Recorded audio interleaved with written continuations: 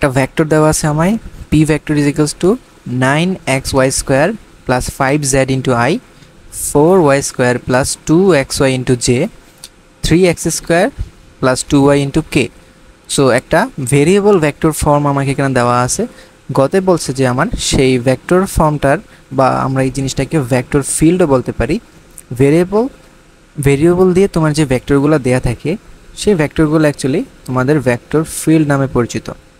So এখানে যে vector ফিল্ডটা আছে সেই ভেক্টর ফিল্ডের একটা স্থানাঙ্ক দিয়ে দিয়েছে -1 1 এবং 1। এই বিন্দুতে তুমি পি ভেক্টরের যে ডাইভারজেন্স আছে সেই ডাইভারজেন্সটা বের করবা কত। সো আশা করি আমরা জানি ডাইভারজেন্স মানে কি। ডাইভারজেন্স হচ্ছে তোমার যে মূল ভেক্টর ফিল্ডটা আছে, যেমন আমাদের এখানে ভেক্টর ফিল্ড হিসেবে কি আছে পি ভেক্টর। এখন পি ভেক্টরের সাথে তোমার যে নেবুলা ভেক্টর আছে সেই নেবুলা ভেক্টরের ডট প্রোডাক্ট করাটাইকে আমরা কি বুঝি, ডাইভারজেন্স বুঝি।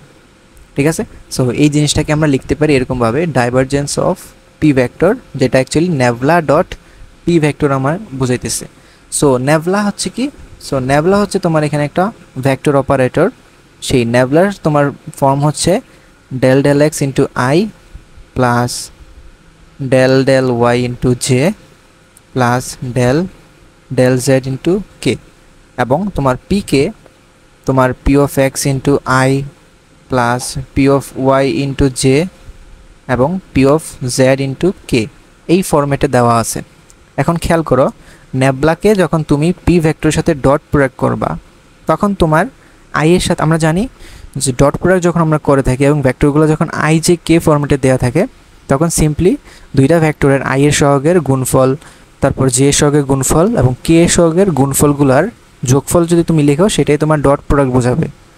তার মানে এখানে আই এর সহগ দুইটা হচ্ছে ডেল ডেল এক্স এবং P x plus del del y into P y plus del del z into P z. তার মানে তোমার এই জিনিসটাকেই তুমি তোমার যে ডাইভারজেন্স সেটা লিখতে পারো।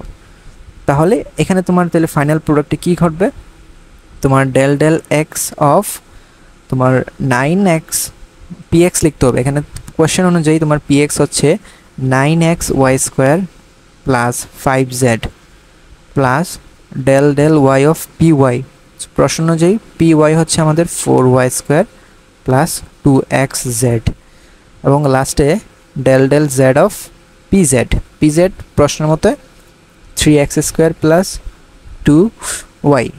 সো এখানে ডেল অপারেটরের কাজ হচ্ছে, যখন আমরা ডেল অপারেটর বুঝি তখন সেইটার মিনিং হচ্ছে তোমার ওই ফাংশনের তোমার পার্শিয়াল ডিফারেন্সিয়েশন করতে হবে।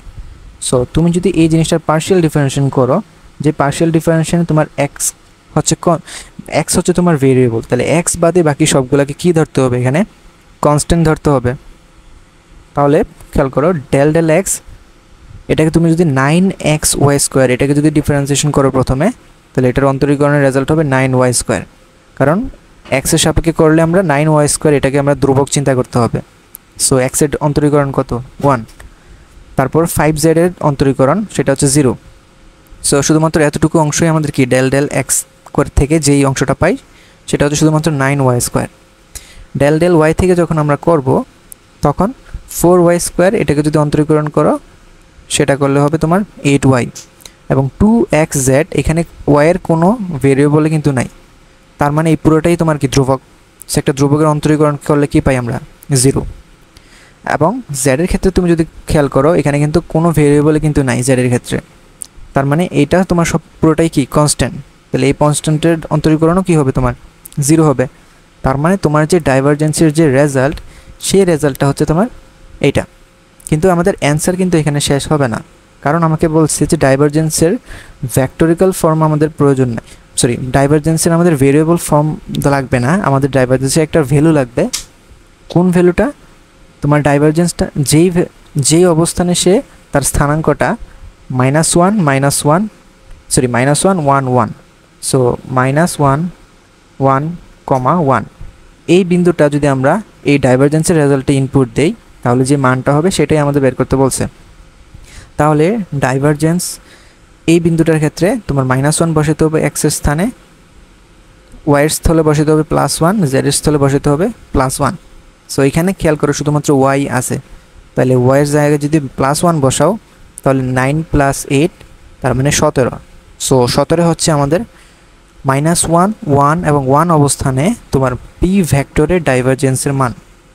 ওকে, সো ঘ নম্বরে দেখে কি বলছে, ভেক্টর পি ভেক্টর কি অঘূর্ণনশীল নাকি না, মানে ভেক্টরটা কি ঘূর্ণনশীল নাকি অঘূর্ণনশীল সেই জিনিসটাই তোমার বের করতে হবে।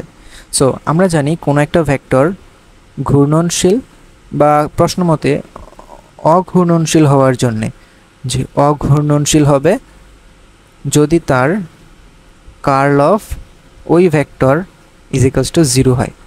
সো একটা ভেক্টরের কার্ল যদি 0 হয় তখন সে কি হবে, অঘূর্ণনশীল হবে।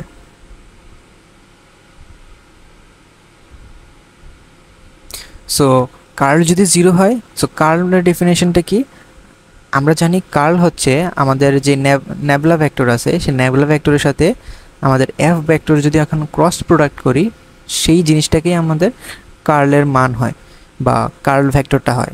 এখন খেয়াল করো, তোমার যেহেতু কার্ল দুইটা ভেক্টরের ক্রস প্রোডাক্ট, তাহলে কার্ল নিজেও একটা কি ভেক্টর হবে, কারণ আমরা জানি ক্রস গুণফলের ক্ষেত্রে আমরা একটা ভেক্টর রেজাল্ট হিসেবে পাই, বা ডট গুণফল করলে দুইটা ভেক্টরের আমরা রেজাল্ট হিসেবে পাই কি একটা মান। সো এখানে বুঝতে পারতেছো এখানে একটা ভেক্টর হিসেবে আসবে। সো দুইটা ভেক্টরের ক্রস প্রোডাক্ট আমরা কিভাবে করি, আমরা জানি ক্রস প্রোডাক্ট করতে আমরা নির্ণায়কের সাহায্য নিয়ে থাকি। সেই নির্ণায়কের প্রথম যেই সারি সেটাকে আমরা আই জে কে ডিফল্ট হিসেবে এই তিনটা একক অবস্থান ভেক্টর আমরা বসাই আই জে এবং কে। তারপর 2 নম্বর যেই রোতে সেই রোতে বসবে আমাদের নেবলার আই জে কে এর সহগ। নেবলার আই জে কে এর সহগ কী কী একটু আগেই খেয়াল করো, আমরা যখন গ নম্বরটা করতেছিলাম নেবলার আই জে কে এর সহগ হচ্ছে del del x, del del y এবং ডেল ডেল জেড। সো এই del del x, del of del y, del del z এগুলো হচ্ছে তোমার কি নেবলার আই জে কে এর সহগ। এবং থার্ড যেই রোতে সেটাতে তোমার লিখতে হবে এফ এর আই জে কে এর সহগ। এখন এফ ভেক্টরের আই এর সহগ কত, 9xy² + 5z। So 9xy² + 5z এই জিনিসটা হচ্ছে তোমার কি প্রথম ভুক্তিতে বসবে 3 নম্বর রোয়ের। তারপর ওয়াইয়ের জে এর সহগ তোমার হচ্ছে 4y² + 2xz। So 4y² + 2xz এটা হচ্ছে আমার 2 নম্বর ভুক্তি। এবং 3 নম্বর ভুক্তিটা কত আমার, কে এর সহগ 3x² + 2y। So 3x² + 2y এটা হচ্ছে আমার কি কে এর সহগ। তাহলে এখন আমাদের কাজ কি, এখন আমাদের এই মূল নির্ণায়কটাকে আমাদের বিস্তার করতে হবে। তাহলে আই এর সাপেক্ষে যদি বিস্তার করি, সো প্রথমে ডেল ডেল ওয়াই অফ এই যে এই ভেক্টরটা হবে এবং ডেল ডেল জেড অফ তোমার এটা হবে। সো একটু আগে আমরা যখন অন্তরীকরণ ক্ষেত্রে দেখতেছিলাম যে ডাইভারজেন্সের ক্ষেত্রে আমরা ডেল সাহায্যে কীভাবে অন্তরীকরণ করতে হয়, ডেল অপারেটরের সাহায্যে, সেটা আমরা দেখতেছিলাম।